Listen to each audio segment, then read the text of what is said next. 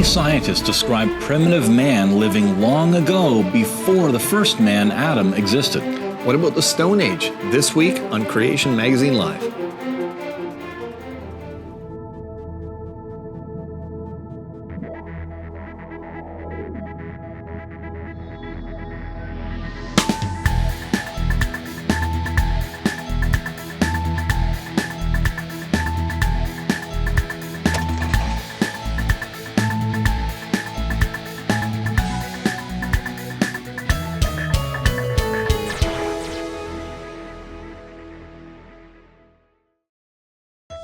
Welcome to Creation Magazine Live. My name is Richard Fangrad. And I'm Calvin Smith. Our topic this week is, what about the Stone Age? That's our topic. Now, the reason why it's important is because when people hear terms like the Stone Age, etc., it reinforces a timeline that supposedly contradicts the Bible. A standard description from Wikipedia is, the Stone Age was a broad prehistoric period during which stone was widely used to make implements with a sharp edge, a point, or a percussion surface. The period lasted roughly 3.4 million years and ended between 6000 BCE and 2000 BCE with the advent of metalworking. BCE is the politically correct version of before Christ. Right. All of history hinges on Christ, but it's before Common Era, or before current era is what BCE stands for. Well, this idea of Stone Age or Bronze Age or Iron Age, etc., it's an attempt to describe archaeological data within an evolutionary framework. Right. It's basically an evolutionary story about what they call prehistory, but it doesn't really work very well because it's not true. If you read Genesis, you're going to see that from the beginning, people were familiar with hunting, agriculture, nomadic life, cities, music, bronze and iron. And you can read all about that in Genesis 4, 3-4 and 17 to 22. Sure. And that was before the flood. Now, those that built the ark, Noah and his 3 sons and their wives, survived the flood. We're all descendants of those people, and they were capable of a very high standard of culture and technology and development. Yeah, creationists more or less reject the whole secular system of ages, the Stone Age, Bronze Age, etc., and generally try to avoid using these terms, which we consider kind of misleading because these terms subtly promote the view that man evolved upward from apes to humans, and from cave dwelling to hunter-gatherers to farmers to modern urbanites. Right. Yeah. With tattoos. Yes, we would say that contrary to the evolutionary scenario, people with the so-called primitive lifestyle arrived there because they lost their shared knowledge of culture and technology. They used to have it, now they don't. Some ancient people have been described as primitive because they lived in caves and lacked advanced terminology. But in the aftermath of Babel, many groups that have suffered many of the material hardships and been forced by circumstances to resort to living in caves and using stone tools as they separated from speakers with different languages who may have had that technology. Right. And as people spread around the globe, you would understand that there would be loss of technology there. Right. Yes, and Job may be describing such people in Job 30, 3-8. But cave dwellers can still be found today, and with lifestyles that are far from primitive. We'll discuss some of them, particularly the amazing Malabri people, a little later on in the show. Yes. Now, have you ever wondered where the term Stone Age came from? It's everywhere. The supposed fact that prehistoric humans used stone tools for over 2 million years before they learned how to find and use metal. Then they began using bronze, and iron came only later. Yeah. But as evidence from archaeology, it's not as clear-cut from archaeology as people think. Christian Thompson, the man who invented the 3-age system, Stone Age, Bronze Age, Iron Age, was actually a coin collector who was appointed the first head of the Danish museum, despite being largely untrained. Yeah. The head of a museum made this system up. His job was to find a classification system that would bring some order to the jumbled human artifacts they had lying around, tools, weapons, ornaments, and so on. piled around his museum. So his successor at the museum, an archaeologist named J.H. Worsay, went looking for evidence of this sequence that he'd come up with at dig sites around Europe, beginning with an excavation of burial sites in Ireland. And of course, he found lots of stone, brass, and iron tools. Okay. Now, it's commonly claimed that Worsay found these artifacts in the 3 layers proposed by his predecessor. But in fact, if you check his work, he actually said that you can establish nothing from the tools he dug up directly from the peat moss, because in such a peat bog, the iron, bronze, and stone tools are mixed all together. Right, because he also found tombs containing either bronze, stone, or iron sets of tools. So why did he conclude that these burials occurred in the classic 3-age sequence? Because the sites with stone implements contained actual bodies, whereas the sites with bronze had only ashes, indicating that these people practiced cremation and thus were obviously more advanced. How that's more advanced, we don't know. But anyway, even this dubious argument is undermined by the fact that the people who had iron tools apparently went back to burying bodies. So how do you determine what's advanced? But there's a lot of problems with the classical system of the ages of human history that people have been taught. We'll be back with more in just a minute. Did you know that the Earth's magnetic field has reversed direction or flipped multiple times in the past? The evidence for these reversals is rock solid, because when molten rock cools, certain mineral grains align with the Earth's magnetic field, thus recording the direction of the Earth's magnetic field at the time in the solidified rock. Previously, most geologists thought that a single reversal would take many thousands of years. However, creation physicist Dr. Russell Humphreys reasoned they must have happened quickly to fit within the biblical timescale. So Dr. Humphreys made a prediction that quickly cooling thin lava flows would be found that recorded fast changes in the direction of the magnetic field. This prediction was later proven correct. Scientists were shocked to find major magnetic field changes had occurred within weeks in a single lava flow. They published this in the regular scientific literature. Thus, yet another scientific prediction based on biblical history proved to be correct. To find out more from Creation Ministries International, visit our website, creation.com. Welcome back. If you just tuned in, this week we're talking about what about the Stone Age? Yes. Now, because of problems found with the Danish coin collector system of classification regarding human history, modern archaeologists now acknowledge that the Stone, Bronze, Iron Age system isn't very helpful outside of Europe. And looking at it closely, one would wonder if it's valid anywhere.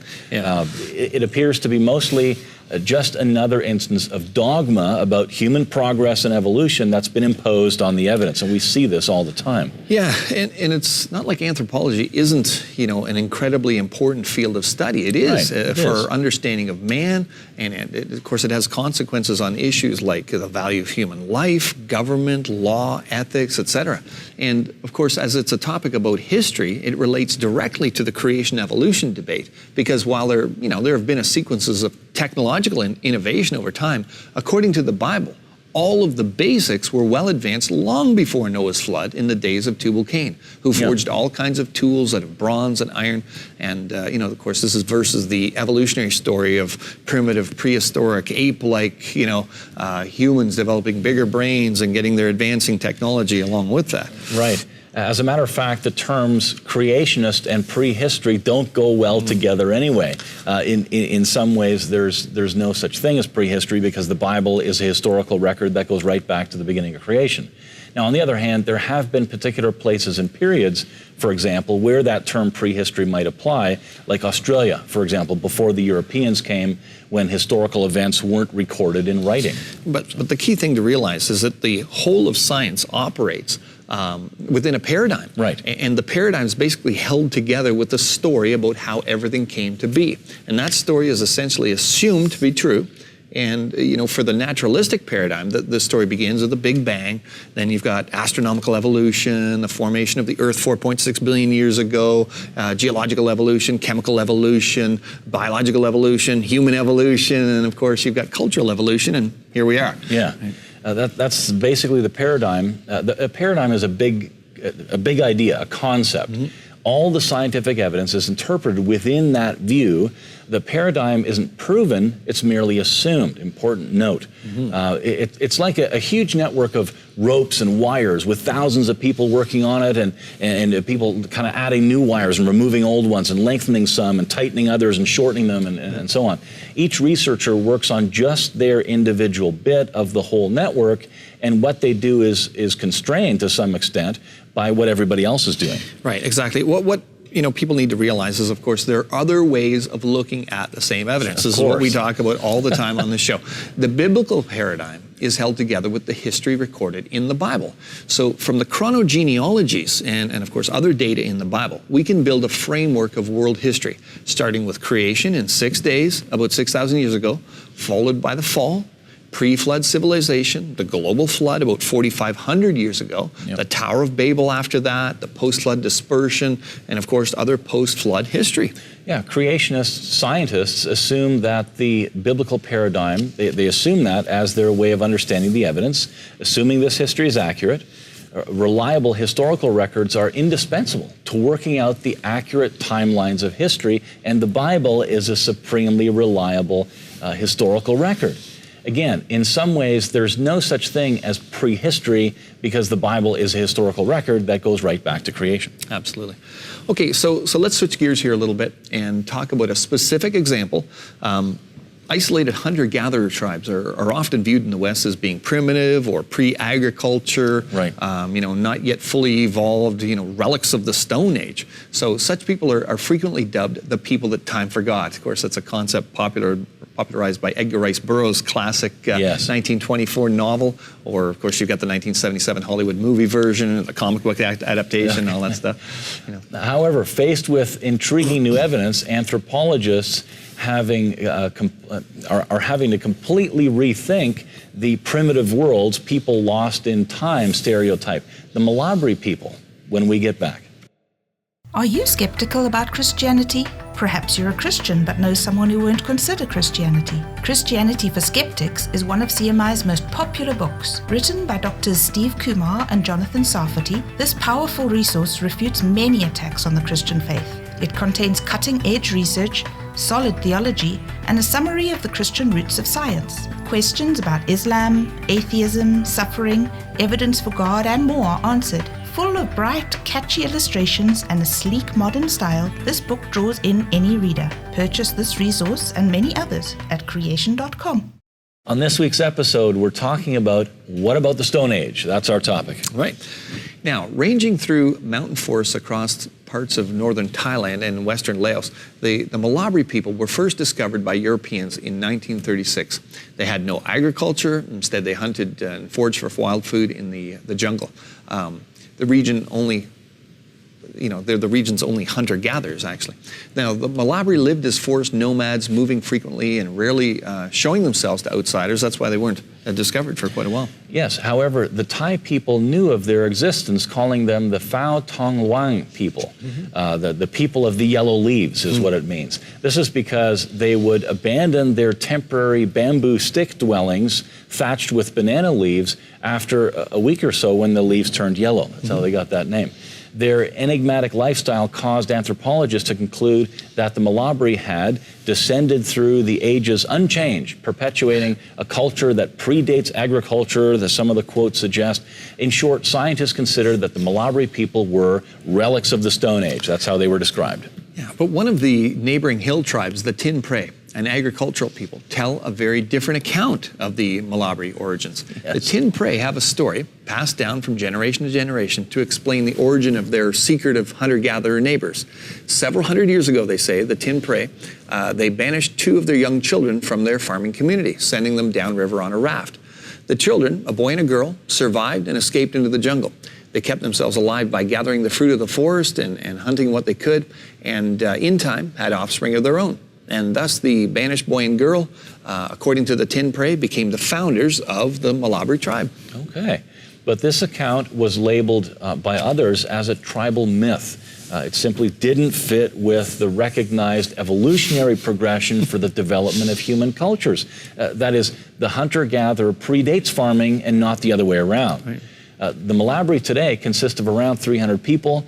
They're considered a vulnerable people with threatened lifestyle and language. Much of the original ranging land has been lost to logging and encroaching farms. Forbidden by their own custom to own land, many Malabri now kind of eke out existence as laborers working for the neighboring agricultural hill tribes there. Now, an international team of anthropologists hoping to uncover clues to evolutionary origins set out to compare the genetic diversity of the Malabri with that of 6 agricultural hill tribes. The results were remarkable, as Science Now reported. Astonishingly, all of the Malabri mitochondrial DNA turned out to be identical, a total lack of variation that hasn't been found in any other human population. So similarly, the Malabri Y chromosome and autosome genetic diversity was also extraordinarily reduced. That's the way they described it. The implication?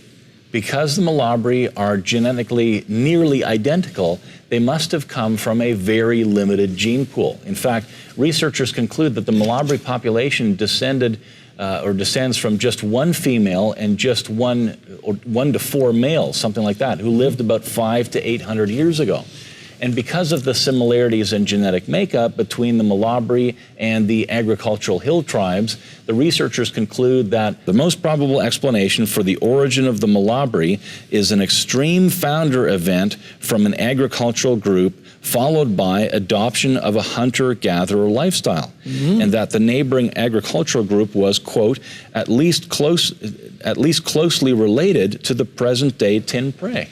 Yes, and in addition, linguistic studies have shown that the Malabri language is related to that of the tin prey, probably diverging a few hundred years ago. Thus, the tin prey's strange tale, as one news report dubbed it, turns out to fit the facts. It would have been better regarded as a handed-down eyewitness account. The Malabri were not a pre-agricultural people that time forgot. Rather, faced with having to survive in the jungle and cut off from access to crop seed resources and community support networks, they were people who forgot the know-how needed to farm and a whole lot of other things that their ancestors had known, making clothes, sturdy dwellings, social laws, etc. Yes, and given the young ages of their founders, this lack of handed-down wisdom from their elders is understandable. The tin prey say it also explains why the Malabri are so childish and why they speak so slowly. But more on this amazing case when we get back. Goosebumps form when our skin gets cold. According to some evolutionists, we develop these bumps on our skin at the base of body hairs because we are supposedly related to hairy ancestors for which they served a purpose. Since humans have minimal hair, they often dismiss goosebumps as a non-functional relic of our supposed evolutionary past. However, human goosebumps are not useless. Even with the small amount of hair we have, when it stands on end, it helps to conserve body heat by trapping more air. Also, the muscles associated with goosebumps help squeeze oil onto the skin, and the hairs help prevent the oil glands from becoming clogged. Moreover, the muscle contractions generate heat, of which more can be generated by shivering. Goosebumps, therefore, do not necessarily support the idea we are related to hairy animals, but they do provide evidence for a common designer using the goosebump concept in many different creatures. To find out more from Creation Ministries International, visit our website, creation.com. Our subject this week is, what about the Stone Age? Now, we were just discussing the amazing Malabri tribe that some researchers thought were, some kind of people that time forgot, descended from the Stone Age. Now, in light of their findings about the Malabri, the researchers warned that contemporary hunter-gatherer groups cannot be automatically assumed to represent the pre-agricultural lifestyle of human populations descended unchanged from the Stone Age. So they point to other hunter-gatherer groups too, known to have descended from agricultural people. For example, the Polynesian hunter-gatherers on the Chatham Islands and in the South Island of New Zealand, who abandoned agriculture and adopted a maritime-based foraging subsistence. Right. Of course, this doesn't mean that the researchers have abandoned evolutionary theories. No. They still hold that there was a pre-agricultural Stone Age and speak of such examples as, cultural reversion. But when asked, they'd be pretty hard-pressed to provide definitive evidence that people started out as Stone Age hunter-gatherers, with agriculture evolving later. Just as with the Malabri, the indications from genetic, linguistic, and folkloric evidence pertaining to other hunter-gatherers peoples point strongly to their being related to agricultural peoples, but having suffered cultural devolution, not evolution. It's going backwards, yeah. Folks, there never was a Stone Age, except in the minds of those who presuppose an evolutionary history. The only way to definitively know what happened in the past is to have a reliable eyewitness testimony. And the Bible is exactly that. Going back to the very beginning of time, from the Creator himself. In 2 Peter chapter 3, verse 3 to 7, the Bible warns us that in the last days, scoffers will come, scoffing and following their own evil desires. It goes on to say, they deliberately forget that long ago, by God's word, the heavens existed and the earth was formed out of water, and by these waters also the world of that time was deluged and destroyed. Yes, because evolutionists forget about the global flood, recorded in Genesis 6 to 9, about 4,500 years ago. They think that sedimentary rock layers represent millions of years. And because they forget that the whole creation is only about 6,000 years old and that the first man tended a garden and planted crops of the field, they say that hunter-gathering preceded agriculture. Because they forget what happened at the time of Adam, then Noah, and later the dispersion from Babel, they falter in trying to explain death, suffering, fossils, and the origins of languages and cultures like the Malabri. Yeah, even more seriously, because they forget that the first man and woman were made in the image of God, that all people are descended from them and have been intelligent from the very beginning. They've replaced the true history of man, of people, with a story that implies some people are less evolved, making them less human than others, and that fuels racism. Of course, some people aren't as human as others. Yeah, and even when, an overt racism isn't manifested, nevertheless, the replacing of the Bible's timeline with the evolutionary timeline, that can hit people pretty hard, in a hurtful and deliberating sense. For example, many Aboriginal people in Australia have accepted evolution as truth, and that, they're at least 40,000 years, they've been living this Stone Age existence, and so by implication that they're more primitive, less evolved than the rest of the population. Right, yeah, and those destructive notions can be overcome by proclaiming the truth about origins. Christian preachers visiting Aboriginal communities have reported seeing tears of joy resulting in the realization among these folks that we're all of one race, as the Bible says. Yep. All descended from Adam and Eve, and later Noah, after the flood, obviously, and thus all equally made in the image of God, our Creator. Yeah, in short, they've forgotten. Many 2 people, Peter 3. Yeah, in the Christian West too, are in danger of forgetting, giving this, the widespread parading of the evolutionary timeline as fact through the media, schools, universities. It's everywhere. And at the same time, of course, children's exposure to biblical teaching is diminishing. Right, yeah. We would do well to remember the Bible's emphasis on passing on the knowledge of God's Word, which includes the correct history of time, to the next generation, our children, obviously, so that they can in turn pass it on to their children, and so on, lest we and they forget. In summary, the idea of different ages like the Stone Age is a man-made historical classification system developed under evolutionary presuppositions that's been shown to be incorrect in many areas of science. The Bible has the true history of mankind within it. And we'll be back with our In the News segment next. Creation.com is the world's most powerful internet resource for finding answers to questions about the origins debate.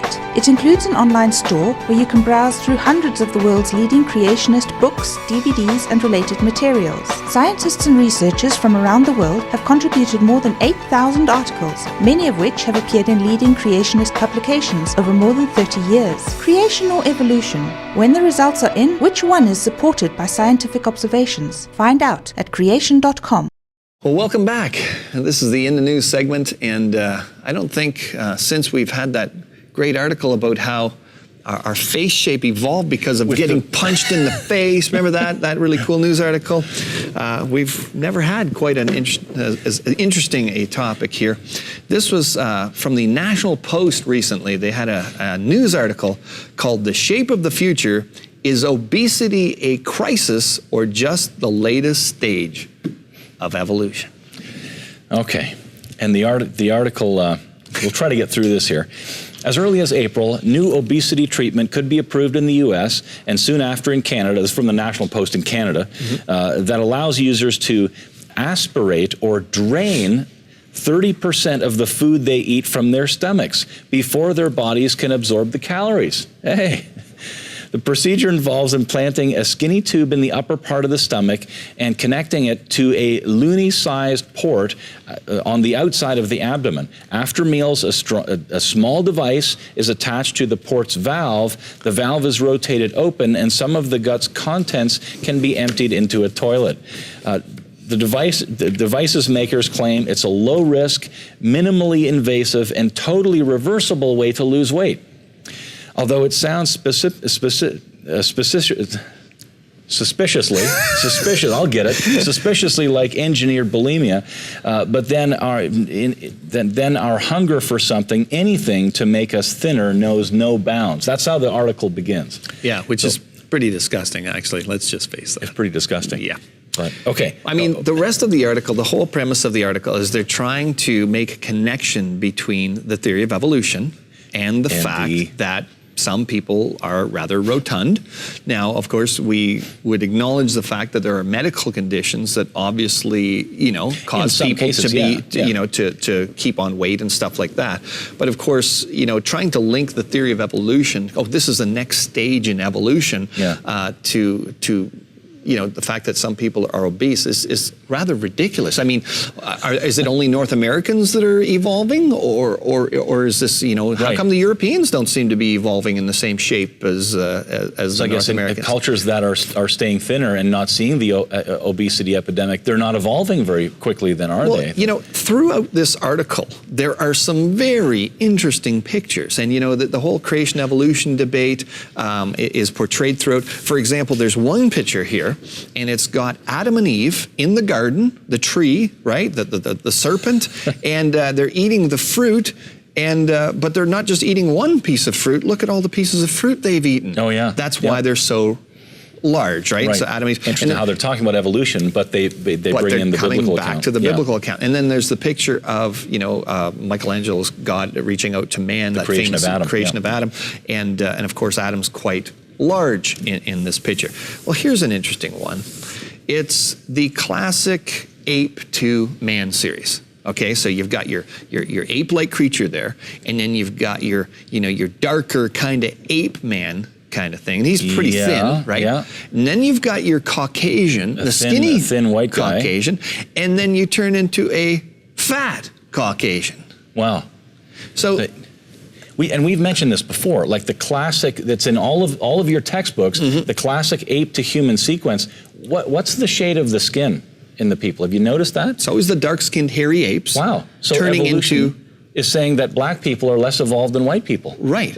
How is that even allowed in textbooks in our politically correct climate? That's ridiculous. And the person who drew this picture has obviously absorbed that concept into their head, because now the next stage is the fat white guy. Amazing. Next week on Creation Magazine Live, flood legends and who knows what in the news section. See you then.